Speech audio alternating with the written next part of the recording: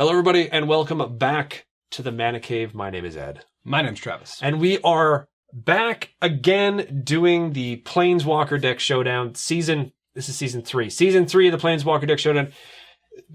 There's been a delay between releasing certain videos.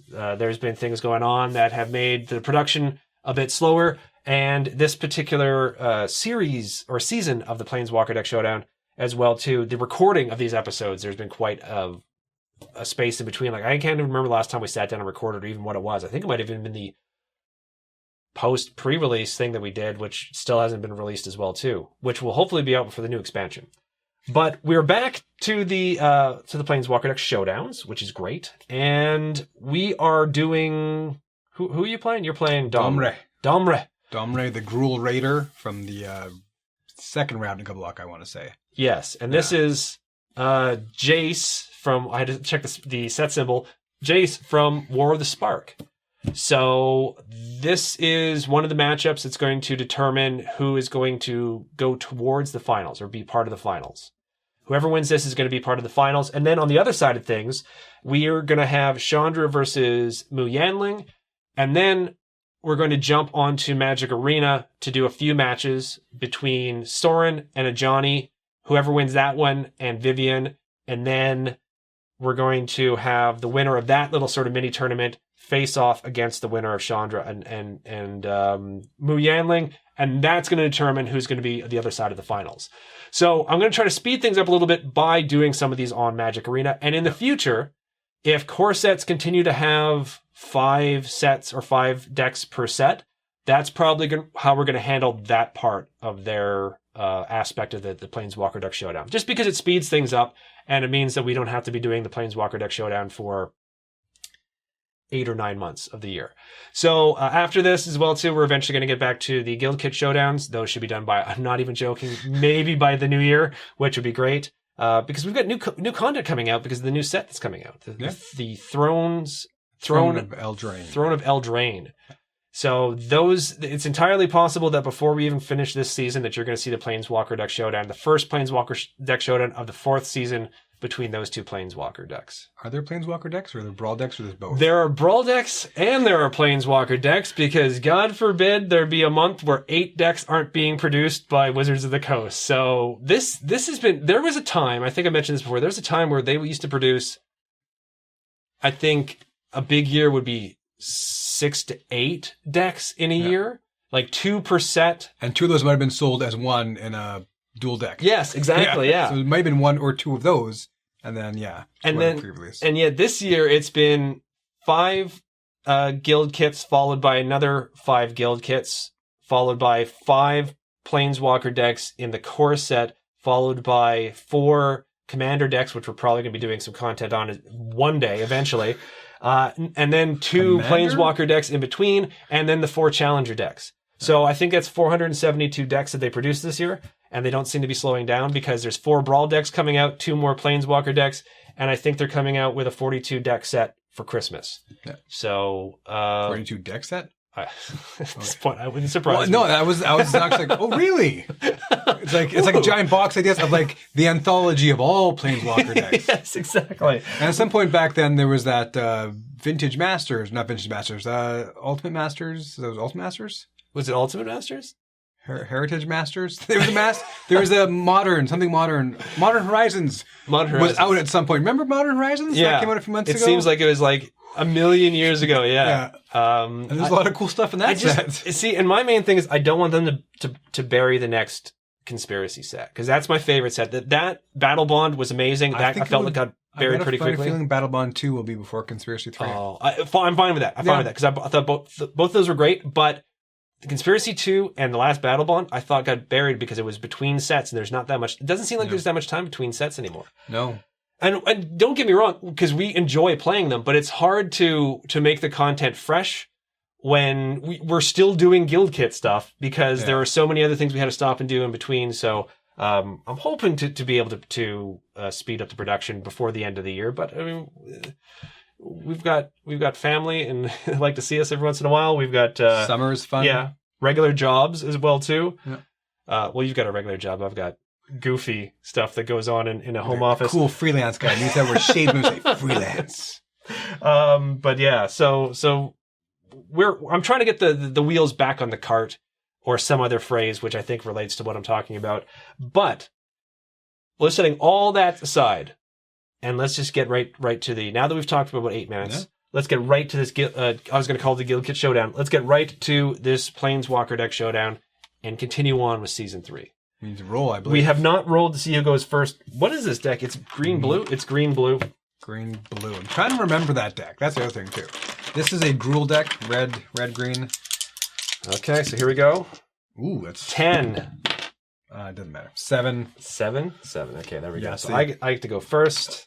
So happy about that. In the future as well. While we've been talking this a little bit, you're going to see the hands. That's how we're doing it now, because I've sort of like streamlined that a bit. And I think coming up, we're going to start doing the roll to see who goes first off screen as well too, so that we can follow the actual rules where you roll to see who goes first, and then you determine whether you're going to be on the draw or the play or something like that. But legit rules. I don't really think that's that important for what we do here. We're pretty casual.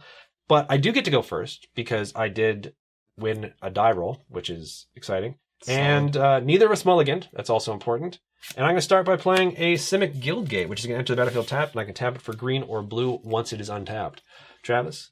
And we'll draw for the turn and just play a mountain. There we go. Pass 2. There we go. Nothing overly exciting, just a mountain. I will play a Simic Guildgate, which we just saw a little while ago, so I'm not going to describe it. I'm going to pass the turn now to you. Draw another card. Let's see a pattern here. This time I'm just going to play a forest. Ooh. And pass 2. Pass to me? Okay. Keep my lands back a bit, you know. Like a gentleman, lands back. I'm a little bit worried. I was a little bit worried there. I thought your deck was going to get off to a super quick start. I'm not knocking your opening hand at all. We both had opening hands that we sort of were on the fence about, right? No, mine was unique. Yeah. You'll see it when you do the just with a editing. Gruul deck, sometimes you expect, punching to start happening right at the beginning, but Yeah. I'm not complaining because it's nice that it didn't. I'm going to tap for 3, including 1 blue, and I'm going to bring out the Guild Pact Informant. It is just a 1/1 fairy rogue. It's got flying, but whenever it deals combat damage to a player or a planeswalker, proliferate. Now, this set came out about a month and a half ago, so it's old news. For those of you who can't remember, like myself, choose any number of... This is what proliferate does. Choose any number of permanents and or players, then give each another counter of each kind already there. So that's what it means to proliferate. I remember that deck. It's a proliferate one that actually can get out of hand. Yes. Yeah, there's been some pretty solid Planeswalker decks that have basically shaped up in the later rounds of this. So I think it's going to be some interesting matches. So I'm going to pass the turn to you, though. Draw for turn. Drop another mountain. I had a plan. It's somewhat changed it. Yeah, I think I'm just going to tap for 3. Okay. 1 being red. And we'll just play the Glamour Shaman. Clamor Shaman. So he has a 1/1 with Riot, and whenever he attacks, target creature and opponent controls can't block this turn. Now, it's been a while since Riot's even been out, so I will once again read over Riot. Yeah. This creature enters the battlefield with my choice of a +1 counter or haste. I could give it haste, attack that couldn't block, and I swing for 1. You probably wouldn't even block because he can. I could block. Back. It could block. It just probably won't choose to. Because when he attacks, target creature and opponent controls can't block. That's right. Yeah. I am going to play a little bit of a longer game than I usually play. Okay. And I am just giving that a one counter. A +1/+1 counter. So he's a 2/2, and whenever he attacks, target creature and opponent controls can't block. Nice. Long for not much action, but there you go. That's what's going on. Very nice. I pass to you. Okay. So untap. Okay. I'm going to play a forest. I've got all this mana. What do I do with it, Travis? What do I do? I'm going to tap for 3. Play 2/2 drops. And I'm going to play a sorcery called Stealth Mission. Put 2 +1/+1 counters on target creature you control. That creature can't be blocked this turn. So I'm going to put 2 +1/+1 counters on my informant, making it a 3/3. I'm then going to move to combat. Okay. I'm going to swing in on you. For So 3. it has to deal damage first. Has to deal damage first, yeah. So I'll drop to 17. Okay. Deals damage, and then it's going to proliferate, which is going to put an additional counter on this. So now it is a 4/4 flyer. Oh, I did not take. Oh no, that's right because you gave it to counter instead of haste. I'm gonna pass the turn to you now. Okay. Untapping, drawn, playing forced. Tapping for 3. 1 green, 1 red, 1 anything for the Charging Warboard. Ooh. A Charging Warboard is fun to say. Try it. Try it at home. I don't care who's around. Just try it. It's a 3/1 with haste. Love haste. And as long as I control a Domri Planeswalker, he gets +1/+1 and has Trapple. Trapple? Might even be an trample in there. Yeah. If I control the Domri. Yeah. So right now he's a 3/1 with haste. He's a 2/2 with riot. I'm going to go to combat. Yippers. Swinging for 5. Okay, it puts me down to 15. And he could block anyway, so it was wise of you to attack and proliferate and get a beefy flyer. I agree. I'm tapped out, or am I?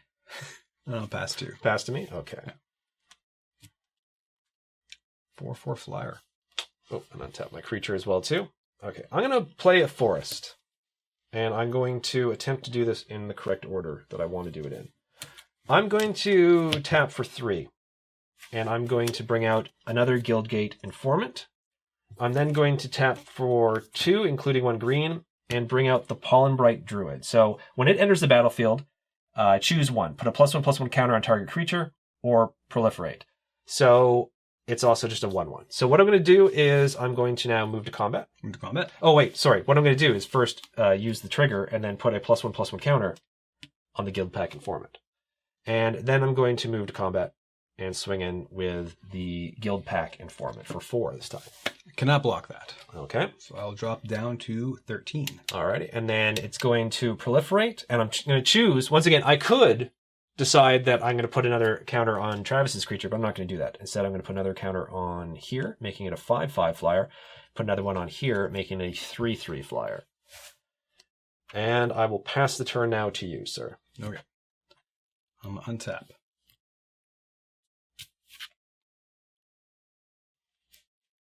Okay, I will play another mountain. Okay. And I will tap 1, 1, and 1. I don't know why I just moved the stack to move back over. So again, 1 being green, 1 being red, 1 being anything for another Charging Warboard. Okay, got a big old army here. I'm going to go to combat. Okay. Swinging forth here. With everything. So everything. Now, his thing triggers whenever he attacks. Target creature and opponent controls can't block this turn. I'm going to target your Pollenbright Druid. That makes perfect sense. So what I'm going to do is I will use the 3/3 to block your 2/2. Okay. Damage goes through? Damage goes through. Okay, so I take 6, which puts me down to 9. Okay. My Glamour Shaman hits the bin. This has 2 damage on it. And then in sorcery speed, my second turn, I will tap 2 to cast Rage Fire, dealing 3 damage to target creature. Okay. So, yeah, that makes sense. It's a sorcery. That's terrible as a sorcery. That should be I mean, that's like so far from Lightning Strike. So far. That was my turn. I lost my blocking, causing not blocking dude, but, that's my turn. My turn? Pass 2. Okay. Untap. Alrighty. They currently don't have trample, but they do get trample if you get Domri, correct? They do get trample if I get Domri. I don't even know what Domri's casting cost is, though. Couldn't tell you, Ed. Couldn't tell you what the casting cost. I'm going to guess 6. I'm going to guess 6 as well, too, because that's typically what it is with a lot of the Planeswalker decks. 6 does seem like a good number for... I'm going to move to combat. Okay. I'm going to swing in with the 5/5 flyer. No blocks, no mana. Do anything but blocks. I'm going to take 5 and drop to 8. Okay, so this is going to proliferate and go up to a 6/6. And I'm going to pass the turn to you. Untap and stuff your boss. While I take a sip of my drink.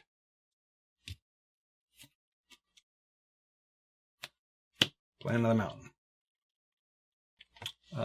So what I'll do is I'll tap 2. Okay. To cast another Rage Fire. Targeting your Pollenbright Druid. That is going to be targeted and destroyed. Targeted and destroyed. Indeed. Then I'm going to go to combat. Yepers. Swinging him here. Swinging for 6. Swinging for 6. That's going to put me down to 3.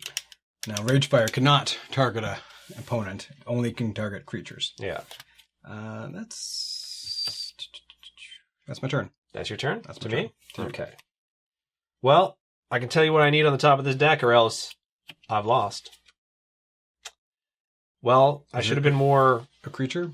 Simic Guildgate enters the battlefield tapped, and Travis, I've got 5 mana up. Okay. You've got 6 damage that can swing through. I'm guessing... And I've got 1, 2, 3 different 6-drops in my hand. I think this deck only has these 3 6-drops. I got you beat, man. I got an 8-drop in my hand. Because I'm thinking... And then I'm like, well, no, wait, I'm not even like a turn drop off of that. Which is a good one, because it gives your stuff its haste, it gives stuff trample, or it gives things +1 and trample. Yeah. But he himself has haste and everything. So I'm like, if I got to play the long game, I can still pull it out. And I'm like, no, that's not even 7, dude. Redo that math. That's 8. And 3 forests, which I'd have to draw into a 3rd forest. Now, I'd like to say I got land screwed or mana screwed, but I started off this game with 2 land in my hand. So really, if anything, I got pretty lucky to get the land. What I got unlucky with is drawing 2 more 6-drops, because I also had Jace in my opening hand. Yeah. But I was like, I honestly didn't even expect to draw a land to begin with. Never mind, sadly, it was a tap land. But I don't regret how I played it, though. I think with this deck, I needed to keep swinging in each turn, because it could have gone either way with just a single other creature being on the battlefield. Like, if this had been able to stick around, it might have been different. But yeah. I had this on turn 2 when you played that, and I had 2 mana up. Oh, sorcery speed. So I could have done that and then charged in with the Warboard, but sorcery speed, instant speed, like it hurts you, but in the end, removal is removal. No matter how ugly it might be. Open Fire from Amonkhet or something like that. Yeah. 3 mana for 3 damage. But I think that was 3 and it'll be up on the screen now anyways, but instant speed. It was instant speed, but wasn't it any target? Yeah. See, and that's what that one is like. It's sorcery speed and it's only creatures, which is so hard to swallow given the cost of it, because it's lightning strike. Especially in this deck, when you just want to attack with creatures, having creature-based removal is great. Yeah, exactly. Yeah, but having sorcery speed, because that's that example right there. And then the next turn, well, now I had 3 mana. I needed to do a creature or that spell, not end step and the kind of thing. And that is also one of the reasons why I wanted to build this up as quickly as possible. Yeah. Counters, because I knew you had removal, but usually it caps out early on at 3 damage. So right? and I did have 2, obviously. So I'm like, I might have to double up. If I have to, I have to. Yeah. Because once you get that proliferate going, it can get crazy. So it was fairly close. It was fairly close. And once again, I can't say, I got held up in mana, because I started with 2. I'm surprised I was able to get to as many lands as I did by the end there. But still, it's the best 2 out of 3. Yep. So we're about to shuffle up, and then we're going to see maybe if this goes to a 3rd game, or if Travis is just going to take this particular match in the gruelest of fashions. In the gruelest of fashions of the 3rd season of the deciding who goes to the finals Planeswalker Deck Showdown. You need to work on your titles. Well, I thought it was smooth. I thought that was it was smooth. I mean, like, maybe acronyms. Maybe you need to go for acronyms for your thing. This is the BLAST thing. Best, last, associated, when you're talking and you already know you're going off the rails, but you're like, maybe if I say more words, it'll improve it. It didn't. And then someone kicks you while you're down. No, you need to do better. Like, please help me. We'll be right back. And we're back. Travis. Yo. Did you have to mulligan? I didn't have to, and I didn't. Okay. I could have. You could have. I guess we all could have mulliganed, right? And I did. I actually chose to mulligan. So you're starting with 7, which are appearing on the screen right now, along with my 6. So I'm not super crazy about the 6, but I was really afraid of mulliganing again. Yeah. Mulliganing is just, 1, I don't think it's an actual real word outside of Magic, and 2, it's not easy to say. So I lost. Ask a golfer. You're like, is it mulliganing? Is that how you say it? Mulliganing. I get to go first, right? Because I lost. So I'm going to start off with a Simic Guildgate. Ooh, deja vu. And I'm going to pass the turn to you. I will start off with a Guildgate of the non-Simic variety. Ooh. A little more gruel. It's the gruel backdoor. It's such a ridiculous looking bit of artwork. And now that you said it, I'm going to have to actually get the graphic for that and put that one up instead of You normal. have it, I'm pretty sure. Yes, You have it. I do. I think I did for the last time because, but it's funny, just this door. Did you actually Google the grill back door to find that? I'm sure you got all sorts of other results. It was like, I don't even want to talk about it. Is it my turn? Okay. Yeah. Please, by all means. I'm going to untap. I'll play a forest. Pass to you. All right. Untap that back door. I'll stop. I will then play, a mountain. And I'm going to tap 2, one being red, one being anything, for the Gravelhide Goblin. Ooh. 2/1 Goblin Shaman with a mana sink, which is something I can, latent ability I can activate later. For 1 green and 3 of anything, and the Gravelhide Goblin gets +2/+2 till the end of turn. Nice. That's actually not bad, because sometimes they're like 5 mana and that to do something that benign. I pass to you because there's no haste. Pass to me, okay. Draw. I'm going to play an island. I'm going to tap for 3. And continuing with the Deja Vu, play the Guild Pack Informant. Guild Pact Informant. And pass turn to you. Okay. Untap.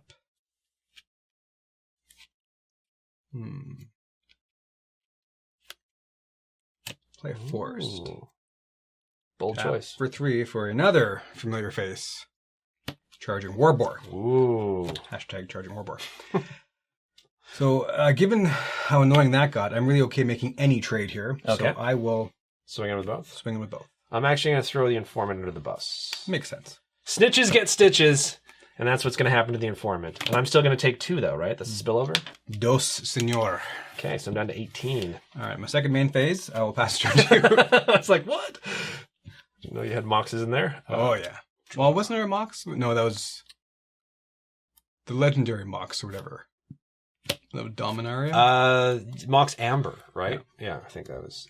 So I'm going to play a forest. I'm going to tap for 4, and I'm going to bring out, for no extra value, a Bloom Hulk. It's a 4/4, and when it enters the battlefield, it proliferates. But there's no counters anywhere to be seen, so that's not going to matter. That gets +2/+2 if you pay 4, right? Yeah. Yeah, okay. I will pass the turn to you. Okay. The good thing as well, too, is it's above 3 power, Yeah. or toughness, so. Drew a card. Play a forest. I'm going to... No, I'll tap this way. I'll tap these 3. One green, 1 red, 1 anything. For another Charging Warboar. Okay. And then I will just attack just there. There, huh? Just there. I gotta block it. I can't afford to take anymore. All right. I'm going to tap 1 for... Well, it's a bit of a waste. Stony Strength. Roar! Fisted Hands of Stone.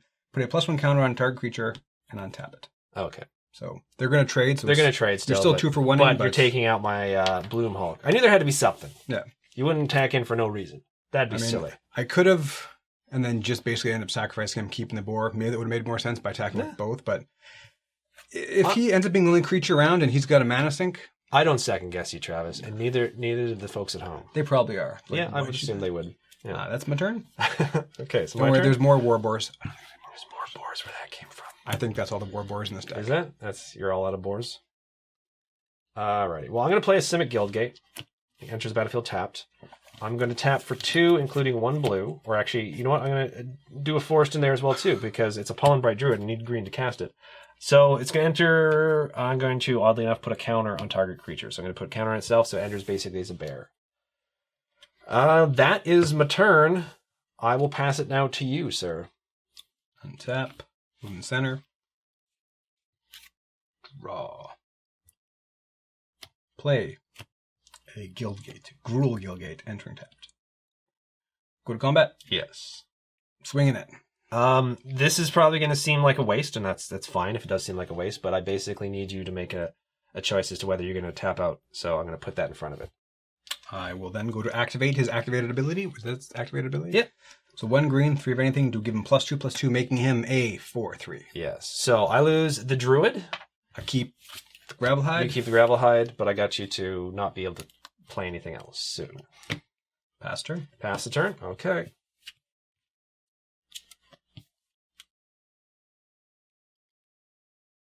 Interesting. I'm going to play a Simic Guildgate. It's going to enter tapped. I'm going to tap 3 and bring out Kyora, Behemoth Beckoner. So whenever a creature with power 4 or greater enters the battlefield under my control, draw a card. The -1 ability of this Planeswalker, because remember this is one of the ones that has, this is the set that has the uncommon Planeswalkers, or started the uncommon Planeswalkers. Yeah. -1, untap target permanent, and her loyalty is 7. I like that card in my commander deck, honestly, I do.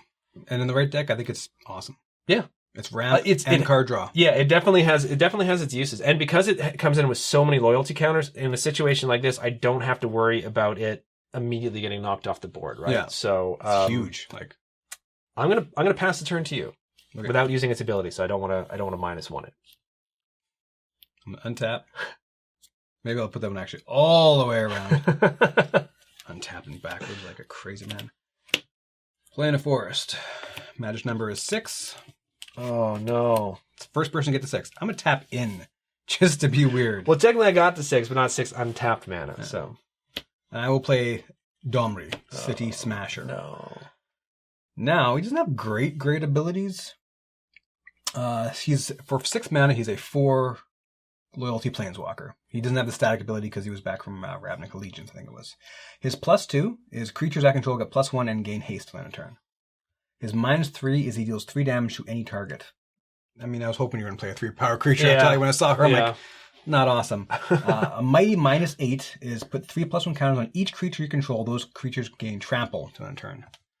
It's an achievable -8. Mm-hmm. So especially given my board right now, I don't have anything that can start chipping away at it. So yeah, I think what I'm gonna do is I'm just gonna +2 Domri, so up to 6. Okay. To give him +1/+1, and haste. And haste. So he's a 3/2, and I'm just gonna attack you. Attack me. I might regret that, but it's gonna be a wall before I can chip that down. So I'm down to 15, and I pass to you. Okay. I mean, now the problem is you play. And in a game this tight on card, if you play a 4-power creature, you gain card advantage, which could start burying me. Play this island. Pass the turn to you. Oh. Tap out. Untap. Oh, this might be quick. This might really have gone downhill now. You know what? Once again, I'm happy I'm not getting a mana screwed. I don't know I like being wrong, but apparently I was wrong. And there is another Warborg. Oh my goodness. Okay. Which already has haste. But I have a Domri Planeswalker. Mm-hmm. So he is now a 4/2 with haste and trample. Okay. That was 3 mana for that.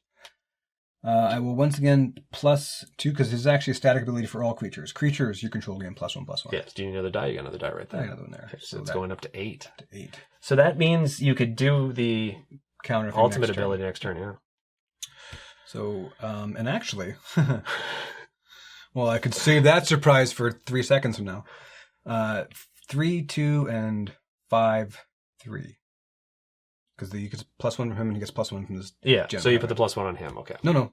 Creatures you control get +1. So they each get +1. Oh +1. my goodness, okay, yeah. Okay. And then he gets the additional +1. So that makes him a 5. And you still have 4 mana up, so you could pump it again. Yeah, we'll punt this guy anyway. Yeah. So 5. Sorry, I cracked your table. That was me, I think, actually.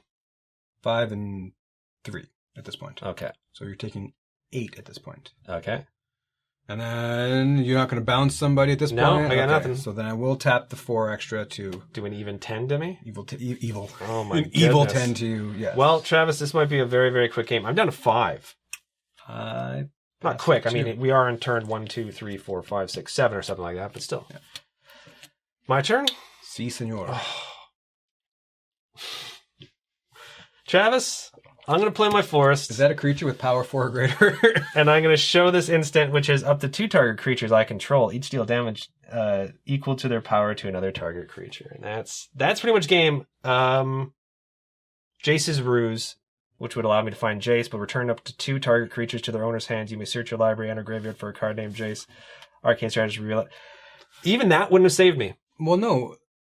Is it an instant? It's a sorcery. So if I had drawn this instead, and I bounced both of these, for example, yeah, you could have just brought this out. It would have haste. It'd be a 4/2, and you'd be able to swing it for the final 5. But even then, both creatures would gain haste with his plus ability anyway. Oh, that's right, because that's all creatures. Yeah, so creatures it wouldn't have mattered. So Land.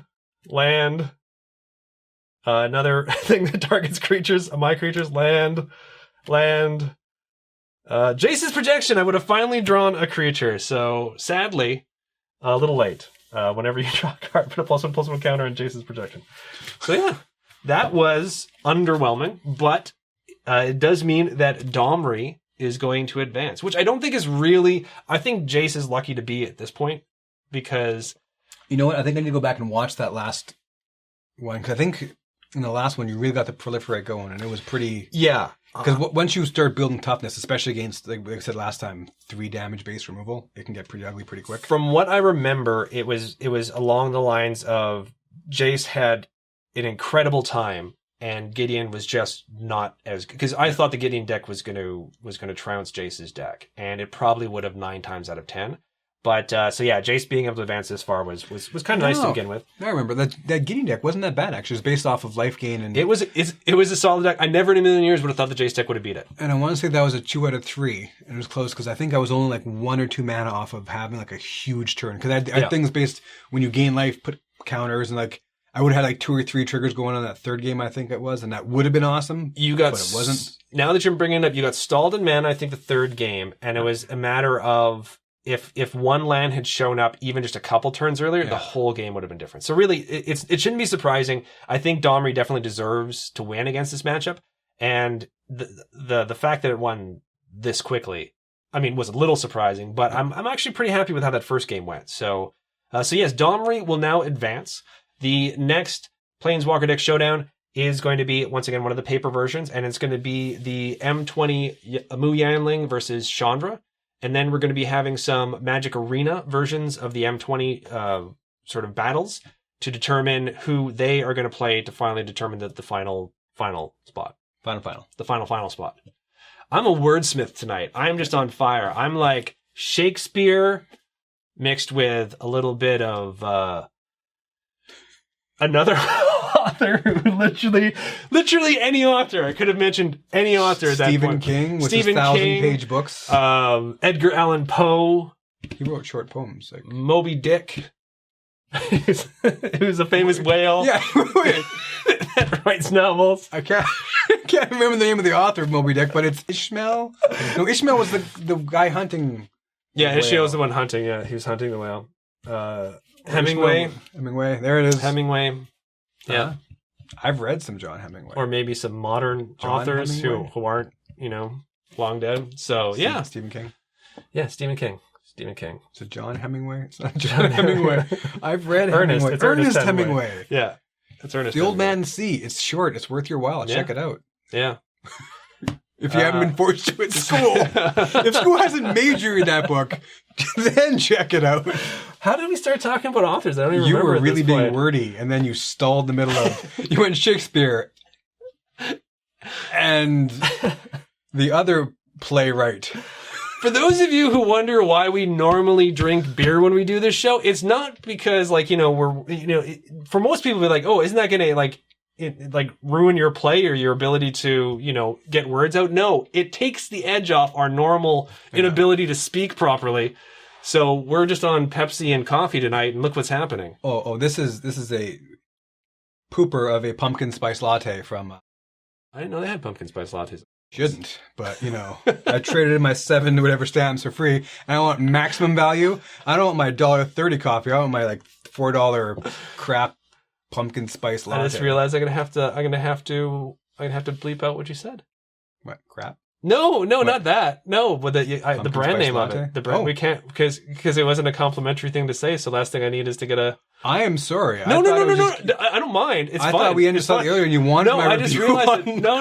It's fine. Yeah. No. I'm not saying it because I'm trying to scold you. I was just like, oh, I have to remember. Ed, remember to do that when you're editing this. Just do not talk about I think it would be fine if you're like, this is some delicious coffee, because then maybe we could have got a sponsorship. But McDonald's. We're so close to McDonald's sponsorship. That's your first reach is... Yeah. Oh, going to those golden arches. I'm getting them both at once, bringing them down. For those of you, this is not also the point of the Mana Cave where we talk. But for those of you watching who are still watching, just so you know, if I got a McDonald's sponsorship, which just provided free McDonald's coffee, My wife never watches this show. Never. She has no interest in Magic whatsoever. She loves me. She supports me. But she couldn't care less about Magic. But if I got a sponsorship from McDonald's that got us free coffee, she would have a renewed interest in Brain Pulp TV. I can guarantee you, because she loves her McDonald's coffee. So, oh my God! Now I'm saying it constantly, so that I'm gonna have to bleep it out. Yeah. Anyways, you're saying it in a good way. I know, but. Yeah, we still have to bleep it up. Bleeps coffee, like bleeps coffee. You know, even if I grab it like this, it's. I don't know. I'm gonna do it. I'm gonna let it go anyways, and I'm just gonna see if I get what's it called? Not a strike. It wouldn't be a strike. It would be whatever. I don't think demonetized. Whatever. Come at me, YouTube. Yeah, no, McDonald's. Ronald McDonald, where you at? It's been a long couple weeks. This has been a lot of fun because I haven't had a chance to sit down and do this with you for. The last time we recorded was several weeks ago. Yeah. What, recorded.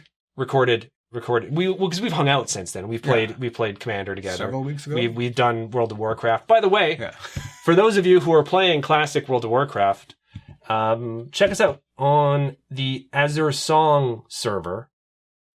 My character's name, it's going to be appearing on screen along with a little pic of it, is Trex.